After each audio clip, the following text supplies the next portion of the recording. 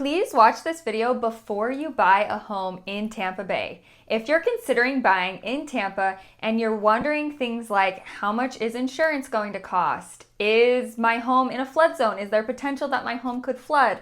Then this video is for you. By the way, I'm Shay Green with Impact Realty Tampa Bay, and together with my husband, we've helped hundreds of people buy homes in Tampa Bay. We help a lot of people from out of state buy here. We help people relocate here. So if you have any questions about Tampa Bay or about the real estate here, please don't hesitate to reach out. You can shoot me a text, a call, or give me an email. Whether it's your first time buying a home or you're relocating to Tampa and buying here for the first time, there are quite a few things to consider that are unique about buying homes in Florida. And I noticed that most videos talking about buying here give kind of general advice about buying, which is great. And in fact, if you want to know general steps and a general checklist for buying in Tampa Bay, I do have a buyer's checklist that I will link in the description that'll walk you through the different steps that you need to be doing to,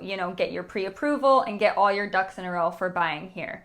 But in this video specifically, I'm going to talk about 5 things that you need to consider that are very specific to buying a home in Tampa Bay.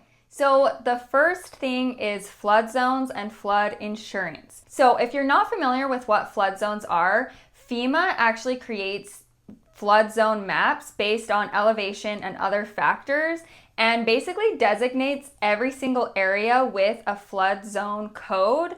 The codes could be X or AE, but basically those codes just kind of designate your likelihood of flooding in that area. And flood zones are extremely important because they impact your lending and your insurance. So if you are getting a loan on your home, mostly every lender, and in fact every conventional lender, is going to require that you get flood insurance if you are in specific flood zones. So the flood zones where you do not have required flood insurance are X and X500, and basically every other flood zone is going to require flood insurance. So if you are purchasing here with a loan, the flood zone designation of the home that you're going to buy is extremely important and will be a filter in your search. That's not to say that you shouldn't ever buy a home in a flood zone. In fact, the most beautiful homes are typically the waterfront homes that are in a higher flood zone, but it's just something you'll consider, and you will have additional costs for flood insurance. So speaking of insurance, there's a lot of talk about how insurance, like regular homeowners insurance in Florida, is just so expensive and ridiculous. But honestly, we've found that it's not too expensive here. Typically for a home that's around $500,000, a regular yearly home insurance bill will be about $2,500. But there are so many things that influence the price of your insurance. It could be the age of the home. It could be if the home has hurricane clips or other upgrades that will decrease the insurance costs. So it really depends on the home. That price can definitely go down, but we generally see around $2,000 to $3,000 per year for insurance.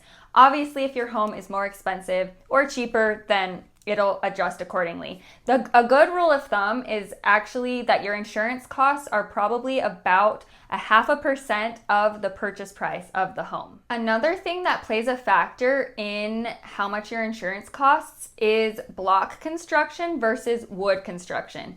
This was something that I had no idea about before I moved here and started buying homes here. Homes in Florida are typically built with block construction. So that means that most of the home, or at least the first story, is made from cinder block rather than wood. So that makes it a lot more durable against hurricanes, but then also it's great for termites and other wood destroying organisms. There are still homes here that are wood construction, especially a lot of older historic homes. So that's not to say that you should just run away from homes with wood construction, but it is just something to consider that your insurance costs could potentially go up, and then there's additional considerations with potential for termites.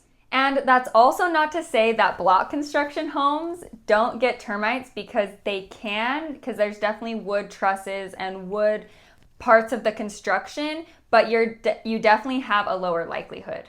Another thing to consider is that if you are buying a home with a pool, there are so many different types of pool construction. Pools can be made out of concrete, fiberglass, they can be vinyl lined. So each of these different types of constructions have different maintenance requirements and different frequencies of resurfacing, things like that. So when you buy a home with a pool, I always recommend getting a pool inspection so you can better understand the pool and understand how you can take care of the pool moving forward. And if you're planning on buying a home here, you'll also want to have a basic understanding of the different areas of Tampa Bay, because there are so many different neighborhoods and areas and they vary wildly. For instance, a home in South Tampa is very different than a home in South St. Pete. So it's important to have an understanding of the different pockets and cities within Tampa Bay. So that leads me into my last tip, which is if you are planning on buying a home here, it's important to talk to a realtor as early as possible. You'll want to talk to someone who knows the Tampa Bay market and can walk you through the process. So go ahead and give me a call when you're ready to buy. I'll put my contact information here. I can give you so much insight about the different areas, what the schools are like, what the commute times are like, and help you come to a decision as to where exactly you want to buy in Tampa. So thank you so much for watching. Please don't hesitate to reach out if you have any questions. And if you'd like to check out my free buyer's checklist, I've linked it down below. Thanks. See ya.